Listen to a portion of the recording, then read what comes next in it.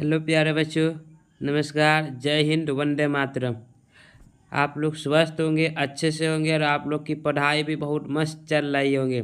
तो जैसा कि बताया गया था कि आप लोग का क्लास 10 टेस्ट का सीरीज लाया जाएगा, वैसा वीडियो अब अपलोड हमारे चैनल पे किया जाएगा। 100% 100% लड़ने वाला क्वेश्चन आपको अपलोड किया जाएगा। इसलिए ये सब वीडियो को पूर्ण रूप से अच्छे से देखिएगा और पूर्ण रूप से वॉच करके देखिएगा। तो चलिए हम लोग बिना समय गवाए हुए वीडियो को शुरू करते हैं और वीडियो को अपने दोस्तों के पास शेयर भी कर दीजिएगा और हमारे साथ जुड़ने के लिए चैनल को सब्सक्राइब कर लीजिएगा। चलिए यहाँ पे मॉडल सेट 1 लेके आया है यार। मोस्ट VPI ऑब्जेक्टिव क्वेश्चन सब है जो आपके एग्जाम के लिए एकदम बेहद महत्वपूर्ण क्वेश्चन सिद्ध होगा। तो यहाँ पे चलते हैं हम लोग सबसे फर्स्ट नंबर सवाल की तरफ और देखते हैं आपका क्या है फर्स्ट नंबर सवाल। आज का फर्स्ट नंबर सवाल ये रहा, यहाँ पे रहा आज का फर्स्ट नंबर सवाल आपके स्क्रीन पर रहा। देखिए फर्स्ट नंबर सवाल यहाँ पे ये रहा कि किस दर्पण की फोकस दूरी जो है ऋणात्मक होता है। तो आप लोग दर्पण को पढ़े होंगे, तो यहाँ पे पूछा गया है कि किस दर्पण की फोकस दूरी जो होता है ऋणात्मक यानी निगेटिव चार्ज वाला जो होता है, किस दर्पण की फोकस दूरी होता है। तो हम लोग इस सवाल के राइट आंसर की बात करते हैं। ऐसे आप लोग सवाल का राइट आंसर को कमेंट के माध्यम से देते चलिए ताकि आपका रिवीजन हो जाए और पता चल जाए कि आप लोग कितने तैयारी किए। और इस सीरीज के अंत में हम पूछेंगे आपसे कि आपने इस 80 ऑब्जेक्टिव क्वेश्चन में कितने ऑब्जेक्टिव क्वेश्चन को सही किया है। तो चलिए, किस दर्पण की फोकस दूरी जो होती है ऋणात्मक होती है। तो ऋणात्मक जो होते हैं अवतल दर्पण की फोकस दूरी जो होता है वह ऋणात्मक होता है, निगेटिव साइड। हाँ, इसी जगह अगर पूछ देता आपसे कि किस दर्पण की फोकस दूरी जो है धनात्मक होती है, पॉजिटिव साइन वाला, तो यह हमारे पास उत्तल दर्पण जो होता है, इस दर्पण की फोकस दूरी जो होता है आपका क्या होता है, तो पॉजिटिव होता है। तो इस सवाल का राइट आंसर क्या हो जाएगा, तो right answer option number B है। ऋणात्मक अवतल दर्पण की फोकस दूरी होती है और धनात्मक पूछे तब उत्तल दर्पण लगाना। चलिए हम लोग अगला नंबर सवाल की तरफ चलते। ये रहा आपकी स्क्रीन पर अगला नंबर सवाल। देखिए 2 नंबर सवाल आपकी स्क्रीन पर रहा। क्या 2 नंबर सवाल में पूछा जा रहा है कि दर्पण की फोकस दूरी F, दर्पण की फोकस दूरी क्या कहा है आपका F, और वक्रता त्रिज्या R में क्या संबंध है। तो दर्पण की फोकस दूरी F और वक्रता त्रिज्या R में क्या संबंध होता है। तो इस सवाल का राइट आंसर क्या हो जाएगा, कमेंट के माध्यम से आंसर देते हुए चलिए। और यह भी बता दीजिए कि आप लोग किस किस डिस्ट्रिक्ट से वीडियो देख रहे हैं, तो अपने दबंग डिस्ट्रिक्ट का नाम जरूर इस कमेंट के माध्यम से लिखते चलिए। और आपका एग्जाम का समय बहुत करीब आ चुका है, इसलिए जी जान से मेहनत कीजिए और ये सब सीरीज को 100% देखिए, क्वेश्चन लड़ेगा। तो दर्पण की फोकस दूरी F और वक्रता त्रिज्या R में क्या संबंध होता है, तो F बराबर जो हम लोग लिखते हैं R/2 लिखते हैं। इसका मतलब क्या कि फोकस दूरी जो है उसकी वक्रता त्रिज्या की आधी होती है। मतलब जितना निकालना होगा, ऐसे किसी चीज़ की वक्रता त्रिज्या दे दे 36 सेंटीमीटर, तो फोकस दूरी कितना होगा, तो ठीक इसका आधा हो जाता है, यानी 18 सेंटीमीटर फोकस दूरी होगा। क्या होगा, तो F बराबर R/2 किस ऑप्शन दिख रहा है, तो ऑप्शन नंबर बी में दिख रहा है, जो इस सवाल का राइट आंसर हो जाएगा। तो एकदम जी जान से मेहनत कीजिए और जितने इसमें बताया जा रहा है उस सबको अपने कॉपी पर भी नोट करते हुए चलिएगा। ये रहा आपकी स्क्रीन पर अगला नंबर सवाल। देखिए आपकी स्क्रीन पर रहा 3 नंबर सवाल। क्या कह रहा है 3 नंबर सवाल कि सामान्य दृष्टि के लिए स्पष्ट दृष्टि की न्यूनतम दूरी क्या है।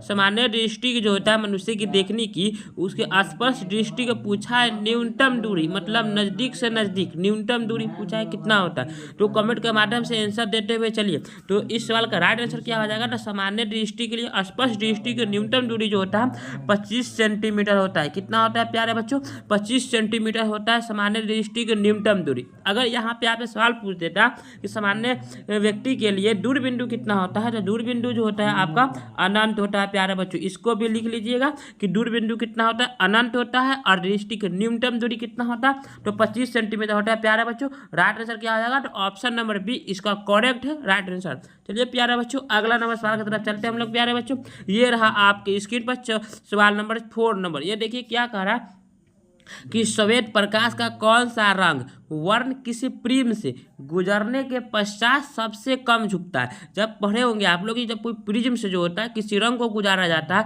तो कौन सा ऐसा रंग है जो सबसे कम झुकता है, मतलब सबसे कम झुकने वाला रंग आपसे पूछा गया। तो देखिए इस सवाल का राइट आंसर क्या हो जाएगा, कमेंट के माध्यम से आंसर देते हुए चलिए। और हाँ, जो बच्चे नए जुड़ रहे होंगे तो हमारे साथ जुड़ने के लिए प्लीज़ जो नीचे बटन दिख रहा है उसको दबा कर सब्सक्राइब कर लीजिए, अपने दोस्तों के पास शेयर कीजिए। हाँ, वीडियो कैसा लग रहा है कमेंट के माध्यम से बताइए और आप लोग अपने दबंग डिस्ट्रिक्ट का नाम भी जरूर शेयर करते हुए चलिएगा। तो सबसे कम कौन झुकता है, तो सबसे कम जो होता है लाल रंग जो होता है वह सबसे कम झुकता है। झुकने में कौन सा रंग होता है, लाल रंग, सी आंसर है। और इसमें आप कुछ पॉइंट को नोट कर लीजिए। तो पहला पॉइंट नोट कर लीजिए आप लोग कि सबसे ज़्यादा तरंगधारे किस रंग का होता है, तो सबसे ज़्यादा तरंगधारे जो होता है लाल रंग का होता है प्यारे बच्चों। कौन सा रंग का होता है, लाल रंग का। और सबसे कम तरंगधारे किस रंग का होता है प्यारे बच्चों, तो सबसे कम तरंगधारे जो होता है नीला रंग का होता है प्यारे बच्चों।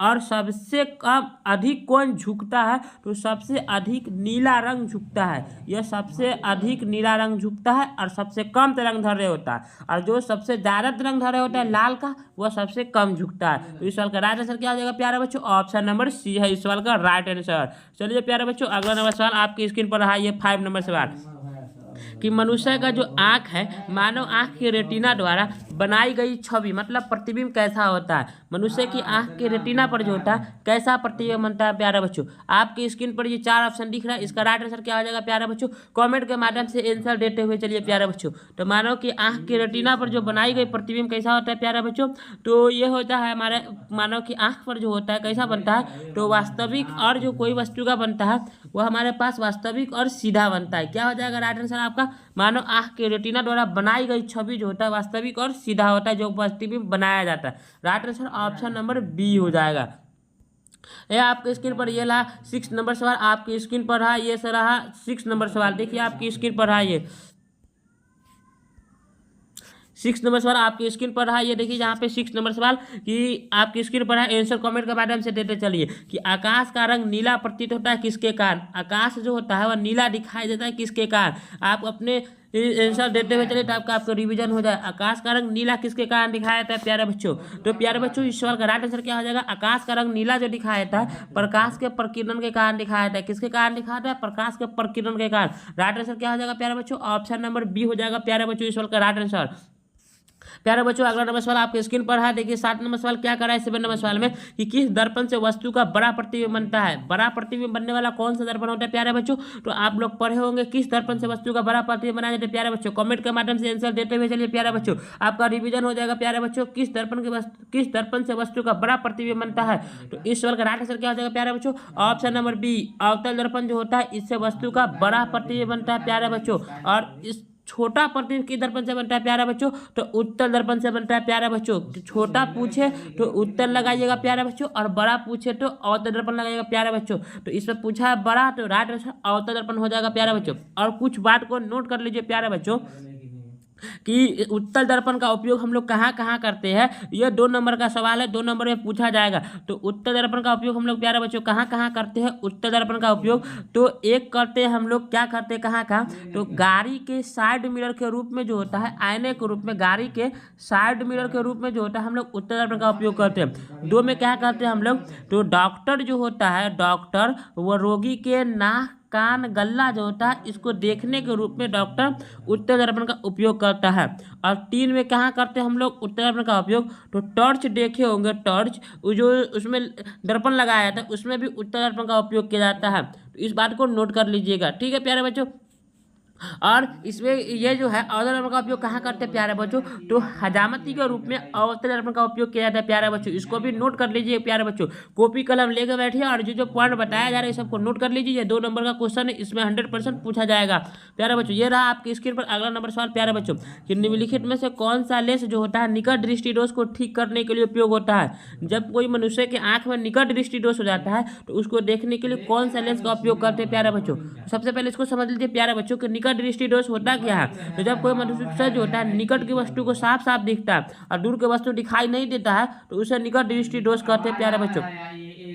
तो प्यारे बच्चों निकट दृष्टि दोष को ठीक करने के लिए कौन सा लेंस का उपयोग करते हैं प्यारे बच्चों, तो निकट दृष्टि दोष को ठीक करने के लिए जो होता है अवतल लेंस का उपयोग करते हैं प्यारे बच्चों। कौन सा लेंस का उपयोग करते हैं प्यारे बच्चों, अवतल लेंस का उपयोग करते हैं प्यारे बच्चों। 2 नंबर में सवाल निकट दृष्टि दोष क्या, तो जिसमें निकट की वस्तु साफ साफ दिखाई दे, दूर की वस्तु दिखाई न दे, उसे निकट दृष्टि दोष करते हैं। दोष को दूर करने के लिए अवतल लेंस का उपयोग करते हैं प्यारे बच्चों। ये रहा आपकी स्क्रीन पर अगला नंबर सवाल प्यारे बच्चों। 9 नंबर सवाल देखिए आपकी स्क्रीन पर रहा, 9 नंबर सवाल आपकी स्क्रीन पर रहा प्यारे बच्चों। देखिए क्या करा कि 9 नंबर सवाल आपके स्क्रीन पर रहा प्यारे बच्चों। ये रहा 9 नंबर, क्या रहा निम्नलिखित में से कौन सा उपकरण जो है विद्युत धारा की उपस्थिति को दर्शाता है? कौन सा ऐसा उपकरण है जो विद्युत धारा की उपस्थिति को दर्शाता है? कौन सा ऐसा उपकरण है प्यारे बच्चों?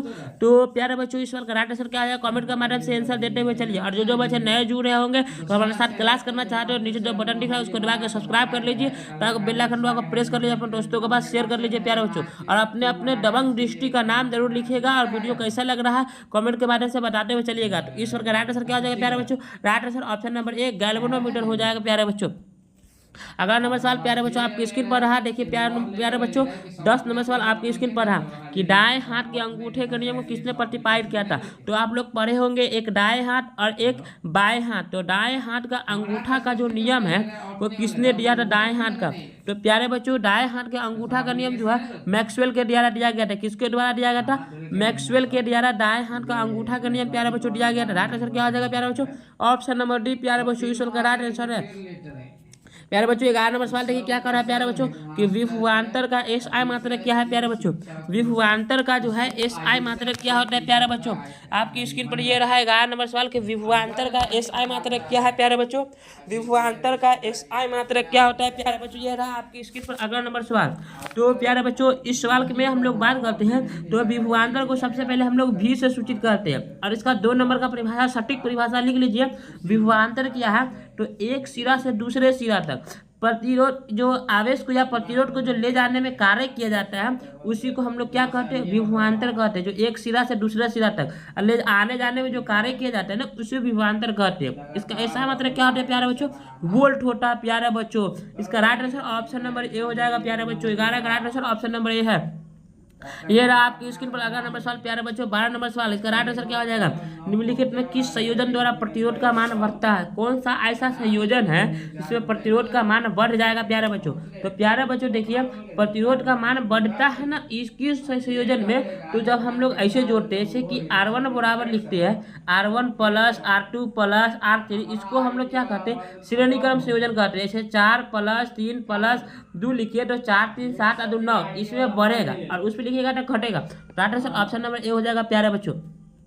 आपकी स्क्रीन पर ये रहा प्यारे बच्चों 30 नंबर सवाल आपकी स्क्रीन पर रहा प्यारे बच्चों। इसका राइट आंसर क्या हो जाएगा? देखिए क्या रहा आपका सवाल स्क्रीन पर रहा कि चुंबकीय बल रेखा की प्रकृति कैसा होता है प्यारे बच्चों? चुंबक जो बल रेखा होता है उसका प्राकृतिक कैसा होता है प्यारे बच्चों? तो चुंबक बल रेखा की प्रकृति जो होता है वास्तविक और काल्पनिक होता है दोनों। Right answer option number C हो जाएगा प्यारे बच्चों। 14 नंबर सवाल आपकी स्क्रीन पर रहा प्यारे बच्चों कि किलोवाट घंटा किसके बराबर होता है प्यारे बच्चों? किलोवाट 1 किलोवाट जो होता है KW से दिखाते हैं 1 किलोवाट घंटा किसके बराबर होता है प्यारे बच्चों? तो 3.6 गुने प्यारे बच्चों 10⁻⁶ जूल के बराबर होता है प्यारे बच्चों। राइट आंसर क्या हो जाएगा? ऑप्शन नंबर सी हो जाएगा प्यारे बच्चों। ये रहा आपकी स्क्रीन पर प्यारे बच्चों अगला नंबर सवाल। देखिए क्या कह रहा है अगला नंबर सवाल कि नवीकरणीय ऊर्जा का स्रोत क्या है प्यारे बच्चों? नवीकरणीय ऊर्जा का स्रोत पूछा गया क्या है? तो प्यारे बच्चों नवीकरणीय ऊर्जा का स्रोत क्या हो जाएगा प्यारे बच्चों? कमेंट के माध्यम से आंसर देते हुए चलिए प्यारे बच्चों। देखिए नवीकरणीय ऊर्जा का स्रोत क्या है प्यारे बच्चों? सौर ऊर्जा हो जाएगा। राइट आंसर क्या हो जाएगा? ऑप्शन नंबर बी प्यारे बच्चों सौर ऊर्जा हो जाएगा।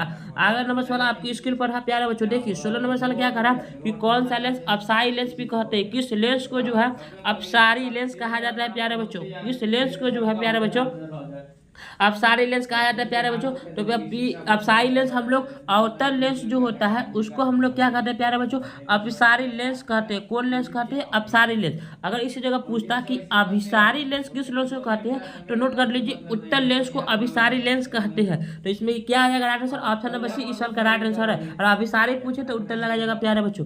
17 नंबर सवाल आपकी स्क्रीन पर रहा प्यारे नंबर। देखिए क्या करें प्रकाश का प्राथमिक वर्ण कौन कौन है? प्राथमिक वर्ण में कौन कौन आता है? तो देखिए प्रकाश का प्राथमिक वर्ण में कौन कौन आता है प्यारे बच्चों? कमेंट के माध्यम से आंसर देते हुए चलिए प्यारे बच्चों। तो प्रकाश का प्राथमिक वर्ण में जो होता है रेड ब्लू और ग्रीन उपयुक्त में से सभी हो जाएगा यानी डी तीनों जो होता है प्रकाश का प्राथमिक वर्ण है प्यारे बच्चों। ये रहा आपकी स्क्रीन पर 18 नंबर सवाल। निम्नलिखित में कौन नेत्र का रंगीन भाग होता है? निम्नलिखित में कौन नेत्र का जो है रंगीन भाग होता है?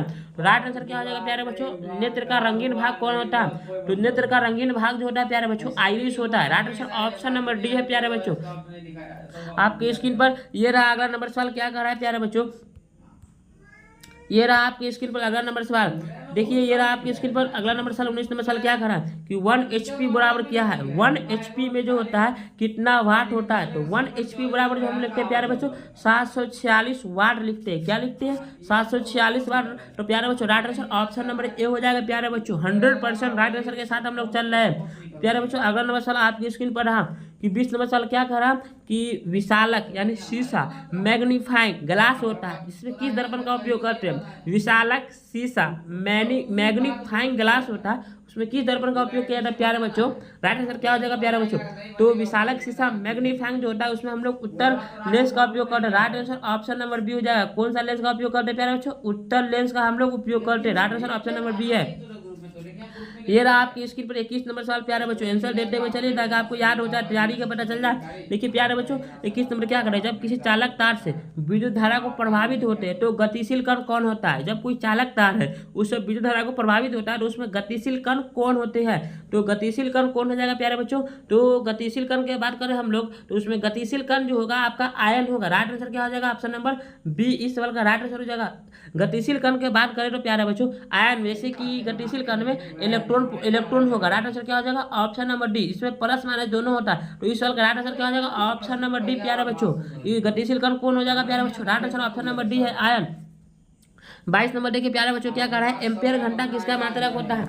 एम्पियर घंटा जो है प्यारे बच्चों किसका मात्रक होता है। एम्पियर घंटा के मात्रक किसका होता है प्यारे बच्चों। राइट आंसर की बात करें एम्पियर घंटा किसका मात्रक होता है प्यारे बच्चों, तो एम्पियर घंटा मात्रक की बात करें हम लोग तो ये जो होता है हमारे पास आवेश जो होता है इसका एम्पियर घंटा मात्रक होता है। और आवेश का मात्रक क्या होता है प्यारे बच्चों, तो कूलम्ब होता है। तो एम्पियर घंटा किसका मात्रक है, आवेश का। राइट आंसर क्या हो जाएगा प्यारे बच्चों ऑप्शन नंबर बी इसका राइट आंसर है। और आवेश का ऐसा मतलब क्या होता है प्यारे बच्चों, लिख लेना कि आवेश का ऐसा मतलब कूलम्ब होता है प्यारे बच्चों। अगला नंबर सवाल की तरफ चलते हैं हम लोग। ये रहा आपकी स्क्रीन पर अगला नंबर सवाल, देखिए क्या कर रहा है अगला नंबर सवाल स्क्रीन पर रहा आपके 23 नंबर सवाल। देखिए क्या कर रहा है 23 नंबर सवाल आपकी स्क्रीन पर निम्नलिखित में कौन सा मात्रक वाट के बराबर होता है। वाट बराबर क्या लिखते हैं हम लोग, कौन सा मात्रक वाट के बराबर होता है। डब्ल्यू बराबर हम लोग लिखते हैं जूल बटे सेकेंड। क्या लिखते हैं, जूल बटे सेकेंड लिखते हैं। राइट आंसर ऑप्शन नंबर ए की तरफ चलेंगे हम लोग। ये रहा 24 नंबर सवाल आपकी स्क्रीन पर रहा। क्या कह रहा है कि विद्युत धारा जो होता है क्या होता है कि जब किसी चालक तार से आवेश को प्रवाह करते हैं,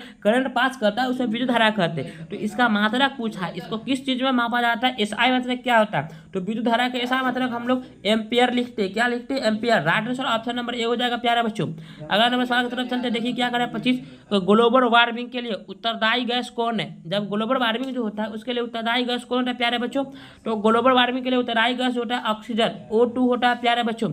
आज की क्लास में हम लोग प्यारे बच्चों total 80 most VVI objective question को देखेंगे, इसलिए वीडियो को पूर्ण रूप से वॉच करके देखिएगा प्यारे बच्चों। कैसा लग रहा है कमेंट के माध्यम से बताइएगा। और हाँ आप लोग अपने अपने दबंग डिस्ट्रिक्ट का नाम भी जरूर लिखते चलिएगा ताकि पता चल जाए कौन कौन बच्चे किसकी डिस्ट्रिक्ट से है। ये रहा आपकी स्क्रीन पर अगला नंबर सवाल देखिए क्या कर रहा है 26 नंबर सवाल आपकी स्क्रीन पर है कि शरीर में भोजन का जो पाचन होता है किस प्रकार का अभिक्रिया है। शरीर में जो भोजन का पाचन होता है वह किस प्रकार का अभिक्रिया प्यारे बच्चों, तो प्यारे बच्चों इस सवाल का राइट आंसर हो जाएगा ऑप्शन नंबर सी विस्थापन अभिक्रिया है। किस प्रकार का अभिक्रिया है, विस्थापन। 27 नंबर सवाल देखिए क्या करा कि कली चूना पर जब जल डाला जाता है तो अभिक्रिया होती है कौन सा। जब कली चूना पे जब जल डालते हैं तो कौन सा अभिक्रिया होता है, तो कली चूना पे जब जल को डालते हैं तो अभिक्रिया उष्माक्षेपी होता है प्यारे बच्चों। कौन सा अभिक्रिया होता है, उष्माक्षेपी। ऑप्शन नंबर ए इस पर राइट आंसर है प्यारे बच्चों। अगला नंबर सवाल आपकी स्क्रीन पर रहा, ये देखिए 28 नंबर सवाल आपकी स्क्रीन पर रहा। क्या करा है, निम्नांकित में कौन सबसे अधिक अभिक्रियाशील है। कौन सबसे अधिक अभिक्रियाशील है, निम्नांकित में कौन सबसे अधिक अभिक्रियाशील है। कमेंट के माध्यम से आंसर देते हुए चलिए। निम्नांकित में कौन सबसे अधिक अभिक्रियाशील है प्यारे बच्चों, तो कॉपर जो होता है Cu इसका यह सबसे अधिक अभिक्रियाशील होता है। इसका परमाणु संख्या कितना होता है, कॉपर का परमाणु संख्या 29 होता है प्यारे बच्चों। इसको भी लिख लीजिएगा, कॉपर का परमाणु संख्या 29 होता है। चलिए अगला नंबर सवाल की तरफ चलते हैं। ये रहा आपकी स्क्रीन पर 29 नंबर सवाल क्या करा कि चूना जल का रासायनिक सूत्र क्या है। चूना जल का रासायनिक सूत्र क्या है, चूना जल का रासायनिक सूत्र क्या है। इसे हम लोग कैल्शियम हाइड्रोक्साइड के भी नाम से जानते हैं, ये पॉइंट लिख लीजिएगा। तो चूना जल को किस नाम से जाना जाता है, तो कैल्शियम हाइड्रोक्साइड के नाम से जाना जाता है। इसका रासायनिक सूत्र क्या होता है, तो CaOH को हॉल ट्वाइस होता है प्यारे बच्चों। राइट आंसर ऑप्शन नंबर आपका डी हो जाएगा प्यारे बच्चों, राइट आंसर। ये रहा आपकी स्क्रीन पर 30 नंबर सवाल क्या कर रहा है, देखिए प्यारे बच्चों 30 नंबर सवाल आपकी स्क्रीन पर रहा। देखिए क्या है 30 नंबर सवाल कि कोई विलयन लाल लिटमस को नीला कर देता है तब उसका पीएच मान क्या हो जाएगा। अगर कोई विलियन है, लाल लिटमस पत्थर को नीला कर देता है, तो उसका पीएच मान क्या हो जाएगा। तो पीएच मान जो हो जाएगा उसका, तो 11 और 10, ए और बी दोनों होगा राइट आंसर, क्या हो जाएगा डी इस सवाल का राइट आंसर है प्यारे बच्चों। चलिए अगला नंबर सवाल आपकी स्क्रीन पर रहा 31 नंबर सवाल, देखिए क्या कह रहा है प्यारे बच्चों। ये रहा आपकी स्क्रीन पर 31 नंबर सवाल कि एल्काइन में कार्बन और कार्बन के बीच कितने सहसंयोजक बंधन होते हैं। तो देखिए आयन लगा हुआ है, तो आयन में जो होता है ट्रिपल बंधन का हम लोग काम करते हैं। एल्काइन कौन सा हो गया आपका, तो एल्काइन आयन है जो ट्रिपल बंधन काम करता है। कौन सा बंधन काम करता है, triple. Right answer option number C हो जाएगा, 3 बंधन होता है। देखिए और इन रहेगा ना, तो याद रखिएगा आपका इन डबल बन होता है और एन रहे तो सिंगल बन होता है। इस बात को भी ध्यान रखिए कार्बन कार्बन के बीच। चलिए अगला नंबर सवाल की तरफ देखिए क्या कर रहा है। 32 नंबर सवाल ये रहा आपकी स्क्रीन पर, क्या कर रहा है देखिए कि ग्लूकोज का आणविक सूत्र क्या है। ग्लूकोज का जो होता है आणविक सूत्र पूछा गया है, क्या होता है। तो ग्लूकोज का सूत्र जो होता है C6H12 और O6 होता है प्यारे बच्चों। ग्लूकोज का आणविक सूत्र क्या होता है, C6H12O6 होता है। राइट आंसर ऑप्शन नंबर ए हो जाएगा प्यारे बच्चों। और जो बच्चे नए जुड़े होंगे हमारे साथ क्लास करना चाहते हो तो प्लीज़ सब्सक्राइब बटन को दबा कर सब्सक्राइब कर लीजिए, अपने दोस्तों के पास शेयर कर लीजिए। ये वीडियो कैसा लग रहा है कमेंट के माध्यम से बताते हुए चलिएगा। और आप लोग किस डिस्ट्रिक्ट से वीडियो देख रहे हैं तो अपने दबंग डिस्ट्रिक्ट का नाम जरूर लिख दीजिएगा। देखिए 33 नंबर सवाल क्या करा है, उच्च वसीय अम्लों के सोडियम लवण क्या कहलाते हैं। उच्च वसीय अम्लों को सोडियम लवण क्या कहलाते हैं प्यारे बच्चों। राइट आंसर ऑप्शन नंबर ए हो जाएगा, साबुन कहलाता है प्यारे बच्चों। 80 क्वेश्चन को देखना है इसलिए थोड़ा फास्ट चल रहे हैं हम लोग। देखिए 14 नंबर सवाल क्या करा है कि ये जो है ना आर है, इधर आर लिखा हुआ था, RCHO अभिक्रियाशील मूलक को क्या कहते हैं, मतलब CHO अभिक्रियाशील मूलक को क्या कहते हैं। तो राइट आंसर ऑप्शन नंबर ए हो जाएगा, एल्डिहाइड कहते हैं प्यारे बच्चों। अगला नंबर सवाल आपकी स्क्रीन पर है प्यारे बच्चों। देखिए 35 नंबर सवाल क्या करा कि आवर्त सारणी को किसी आवर्त में बाएं से दाएं जाने पर तत्व की परमाणु त्रिज्या क्या होता है। आवर्त सारणी के किसी आवर्त में बाएं से जब दाएं जाते हैं तो तत्व की परमाणु त्रिज्या क्या होता है प्यारे बच्चों। राइट आंसर ऑप्शन नंबर ए हो जाएगा, घटता है। ये रहा आपकी स्क्रीन पर 36 नंबर सवाल, देखिए आपकी स्क्रीन पर रहा क्या कर रहा है प्यारे बच्चों। 36 नंबर सवाल देखिए आपकी स्क्रीन पर रहा कि निम्नांकित तत्वों को उनको आधातु गुण के अनुसार बढ़ते हुए क्रम में सजाना है। निम्नांकित तत्वों को उनके आधातु गुण के अनुसार बढ़ते हुए क्रम में सजाइए। तो राइट आंसर इस सवाल का हम लोग डायरेक्ट राइट आंसर की बात करते हैं। Right answer option number B हो जाएगा, इस सवाल का राइट आंसर हो जाएगा। अगला नंबर सवाल आपकी स्क्रीन पर रहा देखिए 37 नंबर, सिलिकॉन क्या है। 37 नंबर देखिए सिलिकॉन क्या है प्यारे बच्चों। तो सिलिकॉन जो है एक उपधातु में आता है, क्या होता है उपधातु है। Right answer option number C हो जाएगा, सिलिकॉन क्या उपधातु है प्यारे बच्चों। ये रहा 38 नंबर सवाल आपकी स्क्रीन पर कि निम्नांकित में कौन विद्युत धनात्मक तत्व है। निम्नांकित में कौन विद्युत धनात्मक तत्व है जो पॉजिटिव चार्ज वाला कौन तत्व बता। तो प्यारे बच्चों राइट आंसर की बात करें तो सोडियम जो होता है +1 पॉजिटिव चार्ज वाला होता है, जिसका परमाणु संख्या कितना होता है तो 11 होता है। इसको भी लिख लीजिएगा, right answer option number C हो जाएगा प्यारे बच्चों। ये रहा आपकी स्क्रीन पर 39 नंबर सवाल प्यारे बच्चों। इसका राइट आंसर क्या हो जाएगा प्यारे बच्चों। टेहरी बांध का निर्माण किस प्रदेश में किया गया था प्यारे बच्चों। टेहरी बांध का निर्माण प्यारे बच्चों किस प्रदेश में किया गया था। 39 नंबर सवाल, टेहरी बांध का निर्माण किस प्रदेश में किया गया था प्यारे बच्चों। Right answer option number B हो जाएगा, उत्तराखंड में जो था टेहरी बांध का निर्माण किया गया था प्यारे बच्चों। 40 नंबर सवाल आपकी स्क्रीन पर है, निम्नांकित में किस धातु को किरोसिन में डुबो कर रखा जाता है। उसको खुला छोड़ देने पर उसमें आग पकड़ लेता है, इसलिए उसे किरोसिन में डुबो कर रखा जाता है। तो जो ऐसा धातु है जो सबसे ज्यादा होता है जिसे किरोसिन में डुबा करते हैं, जिसमें यम लगा होता है, सबसे पावरफुल होता है सोडियम। इसको हम लोग क्या करते हैं, किरोसिन में डुबो कर रखते हैं। इसका परमाणु संख्या अभी बताया था जस्ट 11 होता है। संकेत क्या होता है, Na होता है। इसको भी लिख लीजिएगा अपने पॉइंट में। आगे जा रहा है आपके 41 नंबर सवाल आपकी स्क्रीन पर है, अपमार्जक से बनाया जाता है। अपमार्जक जो है किससे बनाया जाता है प्यारे बच्चों। तो अपमार्जक जो होता है सर्फ एक्सल, शैम्पू और इजी सर्फ, उपयुक्त में से सभी तीनों से बनाते हैं। सर्फ एक्सल से भी, शैम्पू से भी और इजी सर्फ में से अपमार्जक का निर्माण किया जाता है। 42 नंबर सवाल आपकी स्क्रीन पर है, सौर सेल में किसका उपयोग होता है प्यारे बच्चों। सौर सेल में किसका उपयोग किया जाता है प्यारे बच्चों। तो इस सवाल का राइट आंसर हो जाएगा प्यारे बच्चों ऑप्शन नंबर बी, सिलिकॉन का उपयोग करते हैं प्यारे बच्चों। ये रहा आपकी स्क्रीन पर 43 नंबर सवाल, इसका राइट आंसर क्या हो जाएगा प्यारे बच्चों कि निम्नलिखित में किसका उपयोग खाना बनाने वाले ईंधन में होता है प्यारे बच्चों। खाना बनाने वाले ईंधन में किस गैस का उपयोग करते हैं प्यारे बच्चों। तो खाना बनाने वाले हम लोग ईंधन में जो होता है प्यारे बच्चों किस गैस का उपयोग करते हैं।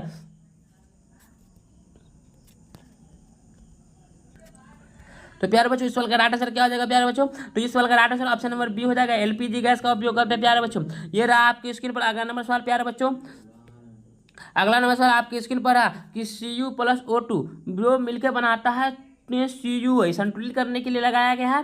तो Cu प्लस O2 जब मिलकर बनाता है CO, यह कौन सा अभिक्रिया है प्यारे बच्चों? तो देखिए प्यारे बच्चों, इसमें जो हो रहा है ऑक्सीजन का योग हो रहा है, तो इसलिए प्यारे बच्चों इस वाल को हम लोग ऑक्सीकरण अभिक्रिया कहते हैं। राइट आंसर क्या हो जाएगा प्यारे बच्चों? ऑप्शन नंबर ए इस वाल का राइट आंसर है प्यारे बच्चों।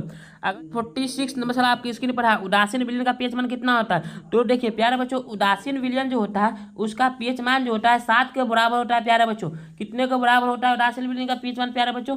तो उदासीन विलयन का पीएच मान जो होता है प्यारे बच्चों 7 के बराबर होता है प्यारे बच्चों। कितने के बराबर होता है प्यारे बच्चों? तो 7 के बराबर होता है प्यारे बच्चों। ऑप्शन नंबर ए हो जाएगा इस सवाल का राइट आंसर।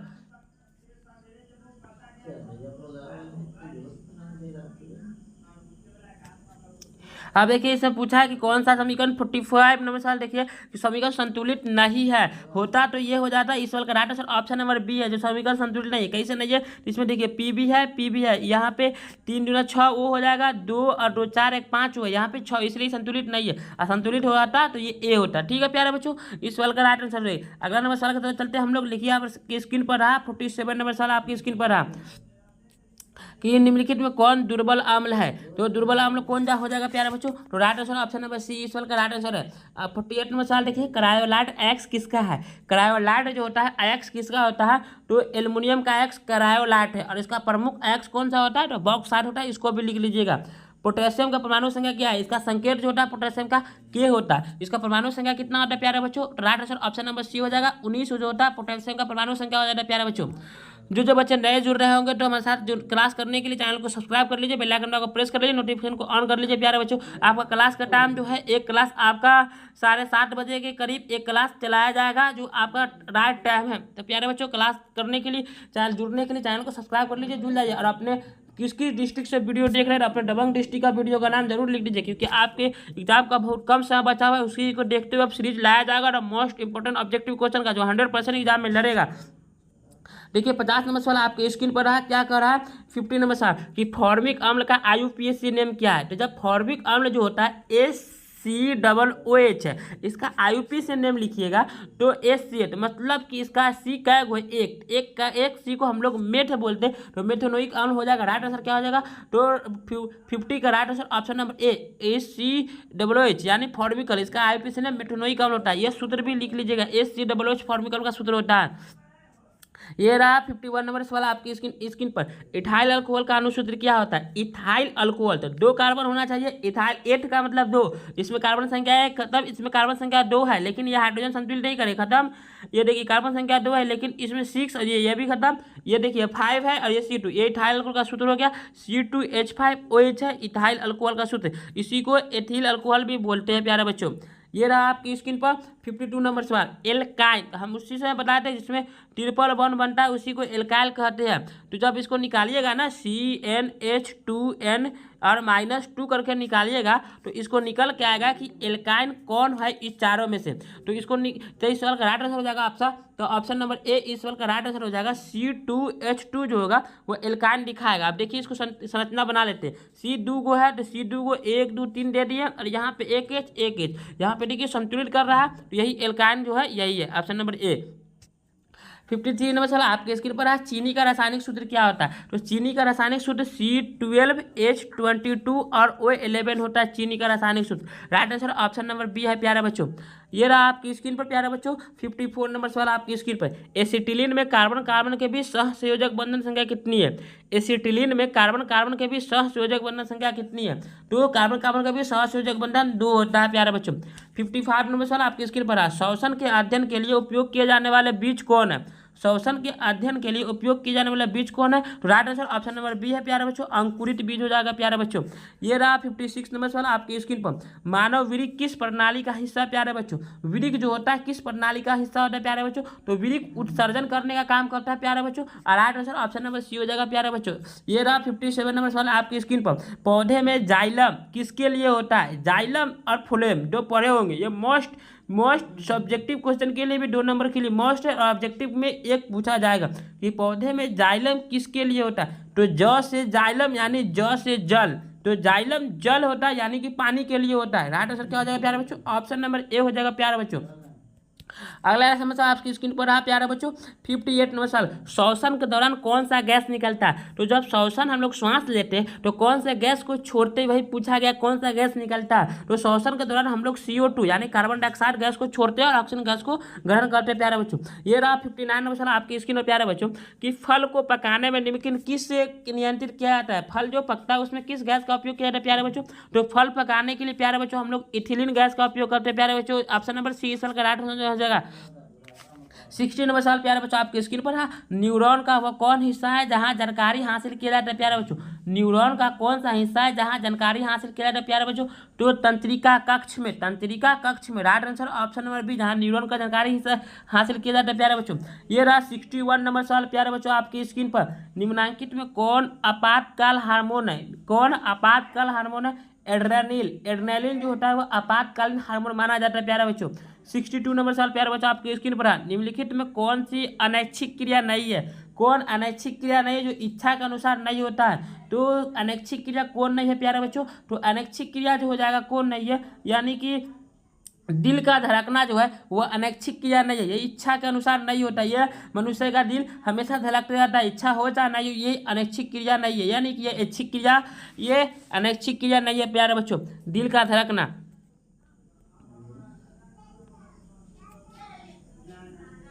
आगे रहा आपकी स्क्रीन पर 63 नंबर सवाल देखिए आपकी स्क्रीन पर रहा प्यारे बच्चों कि मानव में गर्भ अवधि कितना दिन का होता है। मानव जो होता है उसमें गर्भ अवधि कितना दिन का होता है। तो प्यारे बच्चों 270 दिन का होता है प्यारे बच्चों। कितना दिन का होता है, 270 दिन का होता है प्यारे बच्चों।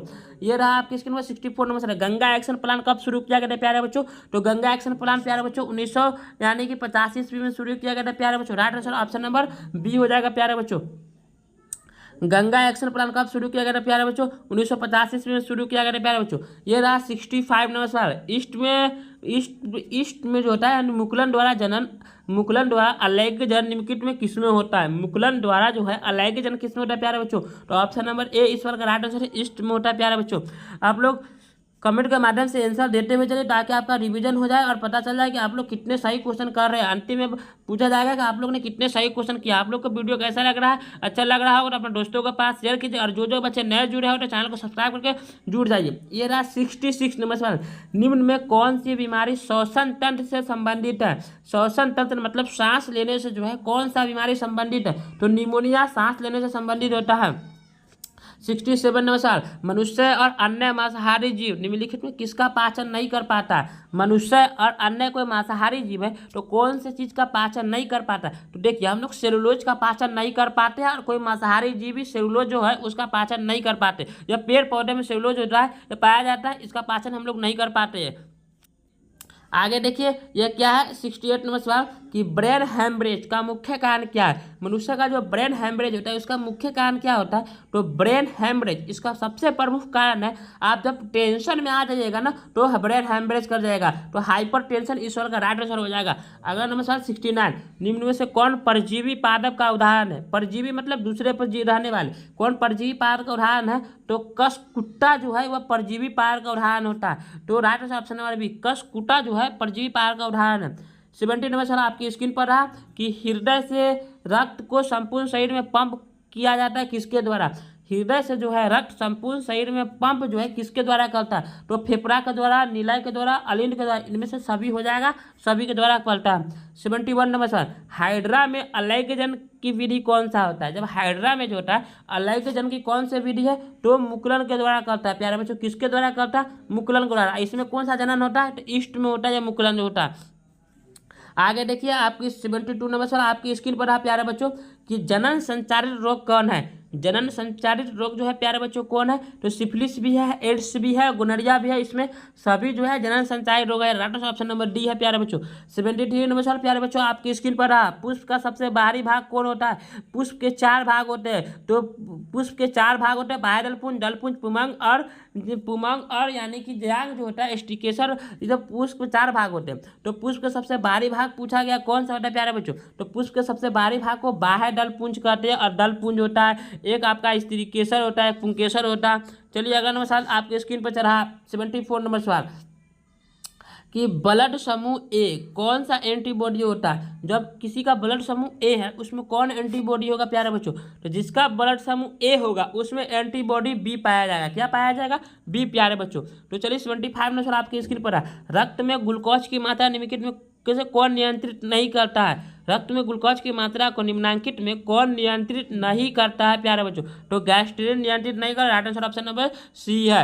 ये लिखिए आपकी स्क्रीन पर है 76 नंबर सवाल आपकी स्क्रीन पर है प्यारे बच्चों कि पादप वृद्धि हार्मोन कौन है। पादप वृद्धि हार्मोन कौन है प्यारे बच्चों, पौधे में वृद्धि वाला हार्मोन कौन होता है, तो पौधे की वृद्धि करने के लिए जो होता है जिबरेलिन हार्मोन सबसे ज़्यादा महत्वपूर्ण होता है जो पौधे में वृद्धि करता है। राइट आंसर ऑप्शन नंबर ए हो जाएगा प्यारे बच्चों। 77 नंबर सवाल आपको स्क्रीन पर है प्यारे बच्चों, हार्मोन स्रावित होता है कौन सा ग्रंथि से हार्मोन स्रावित होता है प्यारे बच्चों। Right answer option number A अंतःस्रावी ग्रंथि से। 78 नंबर सवाल आपकी स्क्रीन पर है प्यारे बच्चों, ये रहा आपकी स्क्रीन पर, मनुष्य के मुख गुहा में कितने जोड़ों लाल ग्रंथि पाई जाती है, तो मनुष्य के मुख गुहा में 3 जोड़ी लाल ग्रंथि पाई जाती है प्यारे बच्चों। और 79 नंबर सवाल आपकी स्क्रीन पर है, एंड्रोजोन क्या है प्यारे बच्चों, तो एंड्रोजोन जो है नरलिंग हार्मोन होता है जिसे मेल हार्मोन कहते हैं। राइट आंसर ऑप्शन नंबर ए। और आज का अंतिम सवाल आपकी स्क्रीन पर है ये प्यारे बच्चों कि मटर को अपने प्रयोग के लिए किसने चुना था। मटर को अपने प्रयोग के लिए जो था किसने चुना था प्यारे बच्चों, तो मेंडल साहब जो थे वो अपने प्रयोग करने के लिए मटर के पौधे को चुना था। राइट आंसर क्या आ जाएगा, ऑप्शन नंबर ए। अब क्यों चुना था, तो मटर के पौधे में जो था 7 विकल्पी लक्षण जो था मौजूद था, क्योंकि उस पर आसानी से निष्कर्ष किया जा सकता था। उसका पौधा बहुत छोटा था, बहुत झाड़ी था, सफ़ेद गोल बीज था, इसके लिए जो था 7 विकल्पी लक्ष्य के कारण मेंडल जो था मटर के प्रयोग पर अपना प्रयोग किया था, आनुवांशिकता का प्रयोग किया था। तो यह सीरीज आपको कैसा लगा, हाँ, और आप लोग ने कितने सही किया कमेंट के माध्यम से बताइए कि 80 ऑब्जेक्टिव क्वेश्चन आप लोग ने कितने सही किया। आप लोग को वीडियो अच्छा लगा होगा तो वीडियो को शेयर कर दीजिएगा अपने दोस्तों के पास। फिर मिलते हैं आपके अगले वीडियो में।